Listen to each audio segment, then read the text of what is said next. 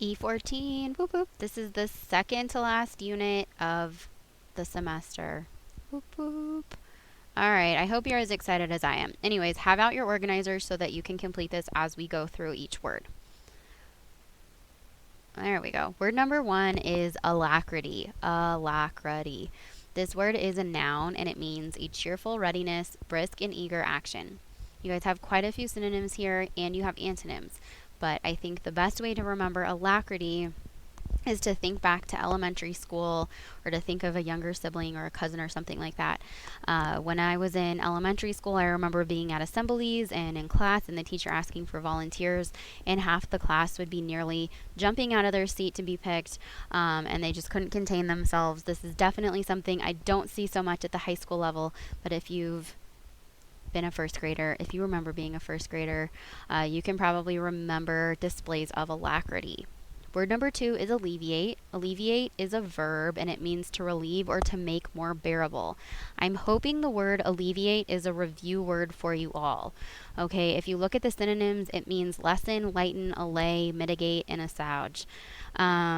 Hopefully, if this is a review word, it'll just be a quick one, and if you need to spend more time on it, turn to those synonyms or go to wordnik.com and look at the associations that have been made there for you. Look at the illustrations to spend more time with it. That's WORDNIK, wordnik.com. Word number 3 is antithesis. Antithesis, not antithesis, but it does tie back to our writing.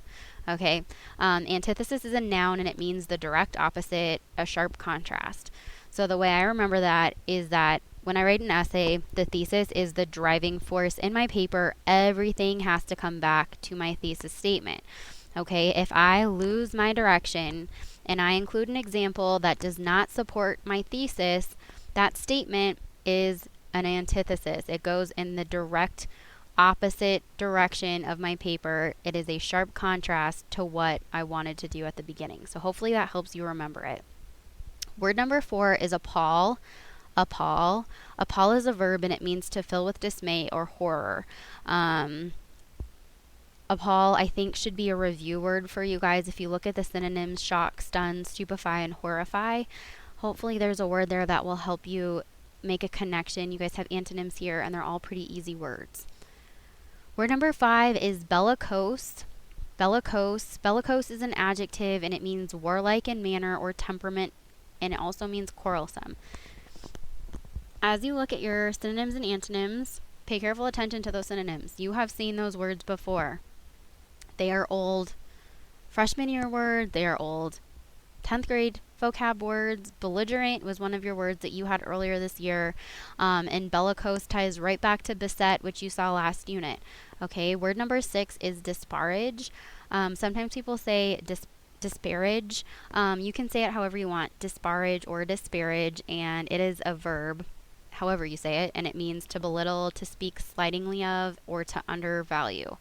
Synonyms include degrade, decry, run down, and underrate. When I think of this word, I think of the opposite. The antonyms are praise, extol, laud, plug. I think of the golden rule, more importantly. I don't want to belittle someone because I would hate to be belittled myself. So hopefully that helps you remember it. Word number 7 is dissonant, and it's an adjective. Dissonant means not in harmony, disagreeing, or at odds. When I think of this word, I think of learning to play the recorder. In probably 5th grade, we had to have an Earth Day musical for our parents, and we did not practice enough on our recorders, and we were definitely dissonant. We were not in harmony. We were sounding like a hot mess on stage, and our parents applauded and clapped because they loved us, which was very sweet, but did not sound good. Okay, word number 8 is droll. Droll is an adjective. It means amusingly odd. When I think of the word droll, I think of trolls, which apparently you guys don't know about. So I'm going to tell you to think of Ray Bradbury and the interview we watched with him, because he was so fascinating and so strange with his cat on his shoulder and the dinosaur next to him, and claiming that that Mars was his home. He was amusingly odd and beautiful, and I would describe him as droll. Okay, word number 9. This word is edict. Edict is a noun, and it means an order issued by someone in authority. So as your teacher, I could make an edict that you have your E14 organizer due on Friday. And that is true. It is due on Friday. So please make sure you write that down if you haven't already. Okay, word number 10 is elucidate. Elucidate. It is a verb and it means to clarify or explain. This word I ask you to do all the time. If you look at the synonyms, interpret. I have been asking you to do this with your research all week. When you find a quote, I ask you to explain it, to elucidate what the resource is saying. Okay, so you guys do this word all the time. You just need to remember elucidate is what you're doing. Word number 11 is laud. It is a verb and it means to praise. Laud reminds me of applause. Okay, if I want to praise somebody, if I want to exalt someone or show them that I am, happy about something, I oftentimes will clap, which is an applause, right? And it sounds like laud. Applaud, laud. It's a verb to praise, just like clapping. Word number 12 is loll. Loll. Loll sounds like what it means in my opinion because it's a verb and it means to act in a lazy manner, to lounge, or to droop.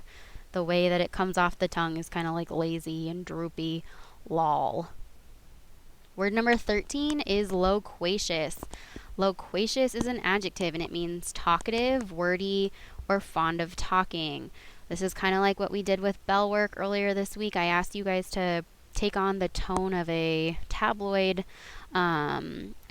reporter, and obviously that would be a gossipy person, a loquacious, talkative person trying to get all the dish from whoever was around them.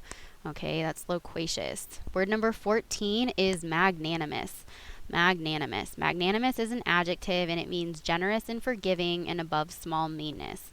So this might be a great compliment if someone called you magnanimous. Synonyms include unselfish, charitable, noble, big-hearted. And antonyms are not so agreeable. Wouldn't want to be called those things. Word number 15 is mandatory. Mandatory, adjective. It's required or obligatory. It is mandatory that you have 5 resource worksheets completed by Friday so that we can move on to the rest of our research. The rest of our research project. So, mandatory. Hopefully that's a review word. Number 16 is nondescript. Nondescript. It's an adjective and it means ordinary, not outstanding, not easily classified. You guys know what descriptive means. We wrote a ton of descriptive essays. We talked about different strategies to be descriptive. And so with the non at the front, we know that this word means the opposite. Word number 17 is phlegmatic or phlegmatic. Phlegmatic or phlegmatic. It's an adjective and it means slow-moving, sluggish, or unemotional. When you look at the synonyms, you'll notice lethargic, and when I think of phlegmatic, I think of phlegm. Sorry if that's gross to you, but that's what I think of. I think of the Mucinex commercials with the little green men and their conga parties and all that stuff in people's noses. And so that's gross, but it helps me remember the word and what it means. Word number 18 is rescind. Some people say rescind, whichever floats your boat. It's a verb and it means to repeal or to cancel. Synonyms include withdraw, revoke, retract, annul, and abrogate. When I think of this word, I think of college. And when you're in college, you'll sign up for a class, and if you suddenly decide that this class isn't the class for me, we withdraw within that first week and we can pick up a different class and stuff like that. And so that's what I think of when I think of the word rescind. Word number 19 is vivacious. Vivacious is an adjective and it means lively or sprightly, full of energy. I hope this word is a review word, vivacious. I think of like cheerleaders when I think of the word vivacious. Really positive people are typically pretty vivacious. And word number 20, your last word for this unit, is wet. Wet. It's a verb and it means to sharpen or to put an edge on. It also means to make keen or eager. This semicolon here is a signal to you that these two definitions are different. This is a case where you really do need to spend time with wet as the first definition and as the second definition. Make sure you understand the difference between wet uses the first definition and wet uses the second one, because either definition are fair game for your quizzes and tests. While we're on that subject, just a friendly reminder, synonyms are both on your quiz and your test, and antonyms are on the quiz only. So make sure you spend some time and prepare for those. They're going to be on Tuesday just like usual. Okay, moving forward, you guys have completing the sentence that you guys can do online.